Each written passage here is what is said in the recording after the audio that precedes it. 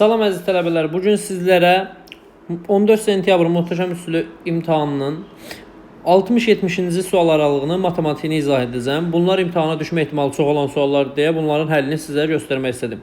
Başlayırıq birinci 60-cı sualdan. Uşaqlar, gördüyünüz kimi AB müsbət ədədlər olduğu üçün, baxın, burada modulun içi, yəni bu ifadə, modulun içi, bircə dəqiqə çox üzrə. Baxın, bu ifadə müsbət olacağı üçün elə moduldan A plus 1 bölü 3 çıxarda bilərik. Eşitdir. Şu A bölü 5 haqqında bir konkret bir şey deyə bilmirəm deyə onu hələ ki saxlayıram. Çıx 5 qalsın. Keçirəm aşağıdakına. Yenə uşaqlar A ilə B hər ikisi müsbət olduğu üçün o birinci moduldan 1 bölü A artı 2 bölü B çıxardıram. O da eşitdir. A'nın yenə işarəsini bilmədiyim üçün A çıx 6 saxlayıram uşaqlar. Bunu konkret olaraq bilmirik. Ola bilər ki bu ifadəmiz uşaqlar belə olsun. A plus 1 bölü 3 bərabər olsun. Yəni A çıx 15 böl nəyə? 3'ə.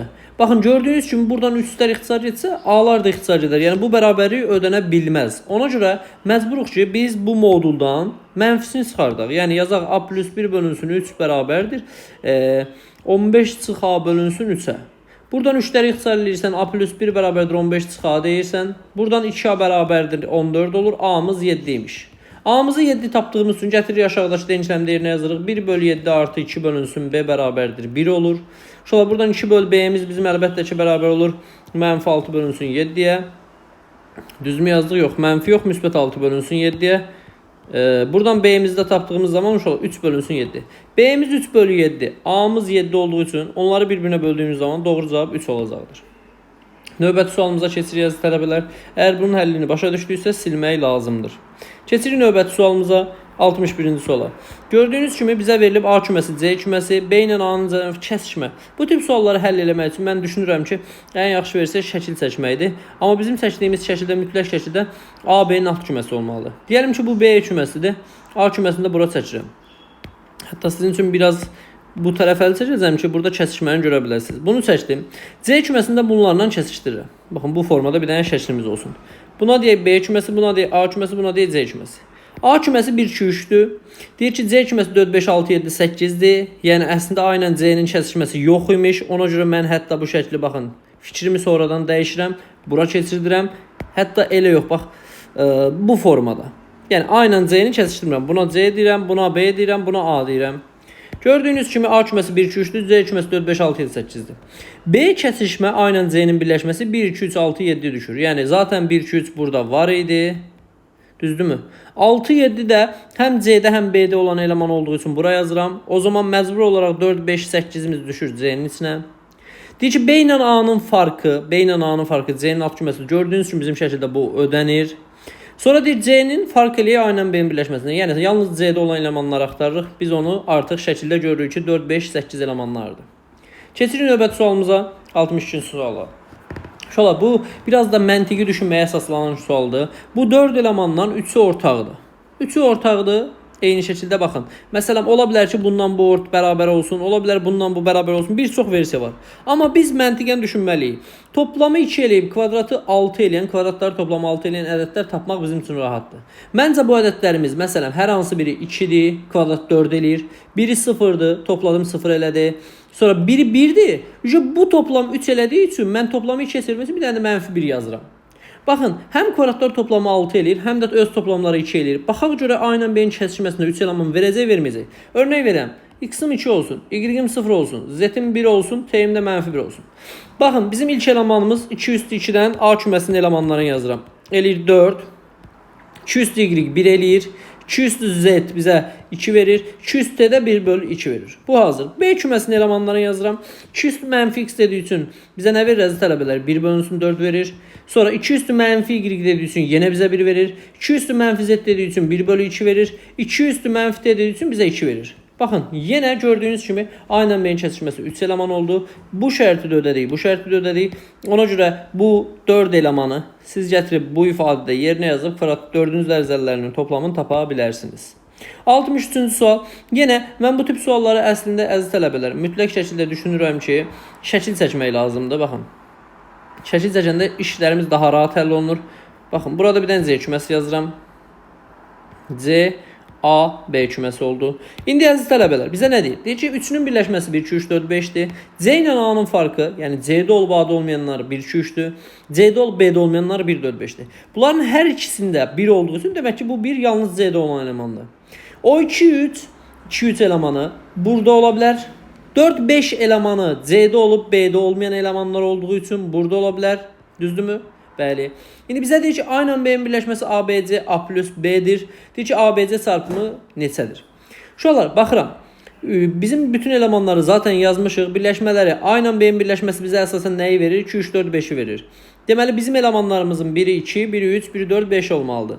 Örnek verirəm. Mən A-ya 2 versəm, B-yə 3 versəm, burası neçə eləmiş olacaq? 5.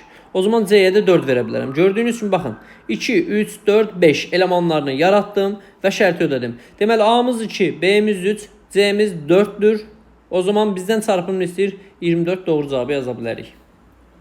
64-cü sual. Bu vəbşə rahat sualdır. B ilə A-nın farkı deyir. Yəni yaşıl kümədə olsun, mor kümədə olmayan elemanlardır. B ilə A-nın farkı olan elemanlar mənim zənnimcə 7 ilə 5-dir. Onu birləşdirəcəyik C ilə B-nin kəsişməsinə. Həm qırmızıda, həm mor, yaşılda olan elemanlardır. Bu hansı elemanlardır? 9-dan 4-dür. Bunları birləşməsi 4, 5, 7, 9 kimi bir cavab olmalıdır. Bəli, E variantı doğru cavabdır. Gəldik. 65-ci sual fonksiyona aid olan bir sualdır. H-ın tərsində OF2-ni istəyir. Mən sizin üçün bunu belə həll eləmək istəyirəm. Bu fonksiyonun hər iki tərəfinin tərsini tapsam, H-ın tərsində O, C-nin tərsində X dediyimiz şey, uşaqlar X minus 3-ün tərsi yəqin ki X plus 3-dür də.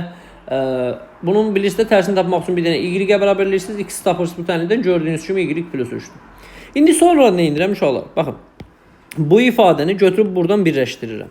Oradan birləşdirdiyim zaman nə olacaq? Bax belə bir şey olur. H-ın tərsində O, C-nin tərsində O, C, O, F, X bərabərdir. Yenə hər iki tərəfdən, bax buradan da birləşdirməlisən, buradan da. H-ın tərsində O, C-nin tərsində 2x çıx 1-ə çevrildi. Əziz tələbələr, bir ifadənin tərsini fonksiyonun tərsi ilə düzü özü aparır. Bizdə qalır H-ın tərsində O, F, X bərabərdir. Əziz tələbələr, biz nəyi tapmalıyıq? Bunu tapmalıyıq. Hardan? Buradan. X-in yerinə yazaraq. X-in yerinə yazsam, o zaman bizim ifadəmiz 2x plus 2-yə çevrildi. Demək ki, biz H-ın tərsində o f(x) fonksiyonunu tapdıq 2x artı 2-dir və bizdən burada x-in yerinə 2 yazmağımızı istəyir. 2 yazdığımız zaman da doğru cavabın 2-2-nin 4 üstə gəlir 2-dən 6 olduğunu deyə bilərik. Keçirik 66-cı suala. 66-cı suala baxaq uşaqlar. Bizə verilən fonksiyon f(x)in fonksiyonudur. Bizdən istəyir f(0)'ı. Birinci f(0)a baxaq əziz tələbələr. Qrafikdən f(0) y qoxun kəsdiyi nöqtə olduğu üçün 2-dir. Burası 2 olduğuna görə bizdən f2 lazım olur. F2'miz əlbəttə ki görünür. Qrafikdən 2 nöqtəsi baxın. 2 nöqtəsinə gedir, 3 nöqtəsinə gedir. Demək ki, mən bu ifadənin burasını 3 tapdım. İndi mənə f-in tərsində 5 lazımdır. F-in tərsində 5-i də y qoxunda tapıb. Baxın, 40-40 xətlə gəlsəz neçəyə getdiyini görəcəksiniz, 3-ə getdiyini görəcəksiniz. Demək ki, burası 3 nöqtəsidir. Eyni şəkildə mənə C3 lazımdır. C3'ü qrafikdən tapa bilmədiyim üçün bizə verilən bu əlavə şərtdən istifadə edib tapmaq lazımdır. Nə edirəm? X-in yerinə 3 yazıram. Yəni f3 plus C3 bərabərdir. F3 bölünsün 1 çıx F3'ə. Biz F3'ü qrafikdən bilirik 5'dir. Deməli 5 plus C3. Buradan alınır əziz tələbələr. 1 çıxılsın 5-dən -4. 1 çıxılsın 5-dən alınır -4. Yuxarısı da olur F3 yəni 5. Çarpaz vurduğum zaman -20 çıxılsın 4 dənə C3 bərabərdir 5'ə. Düzgün yazdıq. Buradan -4 C3 bərabərdir uşaqlar 25'ə. C3 də bərabərdir -25 bölünsün 4'ə. Deməli C3'ü də tapdım. Buraların toplamı 6 elədiyi üçün 6 çıxılsın C3 yəni 25 bölünsün 4 yazacağım. Bu da uşaqlar bizə -1/4 cavabını verəcək, yəni B variantını. Bu da çətin sual deyil, amma biraz diqqət tələb edən sualdır. Keçdik 67-ci suala. Bizdən əziz tələbələr nə istədiyinə baxmaq lazım. C o hx-i verib. Bura baxın, mən burada nə f2 verirəm? Bu hx, bu da hx, bu da hx. Demək ki, mən hx-in yerinə x qoya bilərəm. Yəni mənim cx fonksiyonum 2x bölünsün x çıx 3'dür. Bu artıq eşitdir. İndi mən f kökünü hesablamalıyam. Buranı kökçü eləmək üçün gəlirəm x kubu bölünsün 2-ni bərabərdir kökçüyə yazıram. Buradan alıram x-in kubu 2 kökçüdür. Gördüyünüz kimi. Şu x-in kubu bərabərdir. Bu kök altda 8 deməkdir də gördüyünüz kimi. Düzdür uşaqlar. İndi bəs buradan mən x-i tapmalıyam, sonra karesini almalıyam. Düz deyil tələbələr. Buradan üstlərini 3'ə bölürəm də. Əlbəttə ki, bu bilirsiniz. 2 üzərində 3 bölünsün neçə deməkdir? 2 deməkdir. İndi üstlərini 3'ə böldüm. Oldu 2 üzərində 1 bölünsün 2. Yəni bu bizə nəyə çevrildi əslində? Kök 2'yə. Deməli x-imiz kök 2 imiş. Biz buradakı x-in yerinə nə yazmalıyıq? Kök 2. Deməli f kök 2 bərabərdir 1 üzərinə 4 vurulsun. Kök 2'nin kvadratı 2 elədiyi üçün bu bizə verir 9.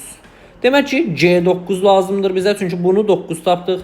C9 tapmaq üçün əlbəttə ki, gəlirsən bu fonksiyonunda x-in yerinə nə yazırsan?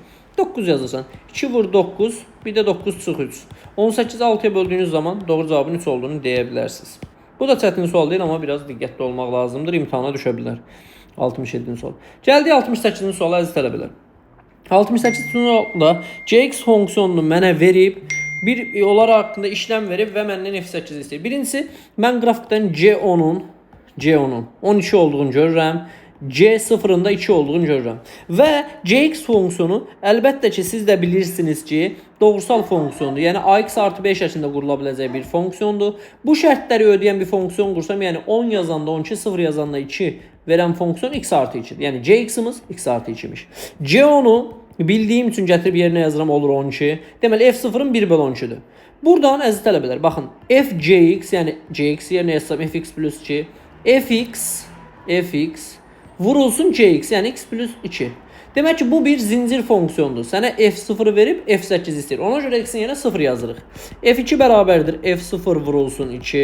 Sonra f4 bərabərdir f2 vurulsun neçəyə? 4-ə.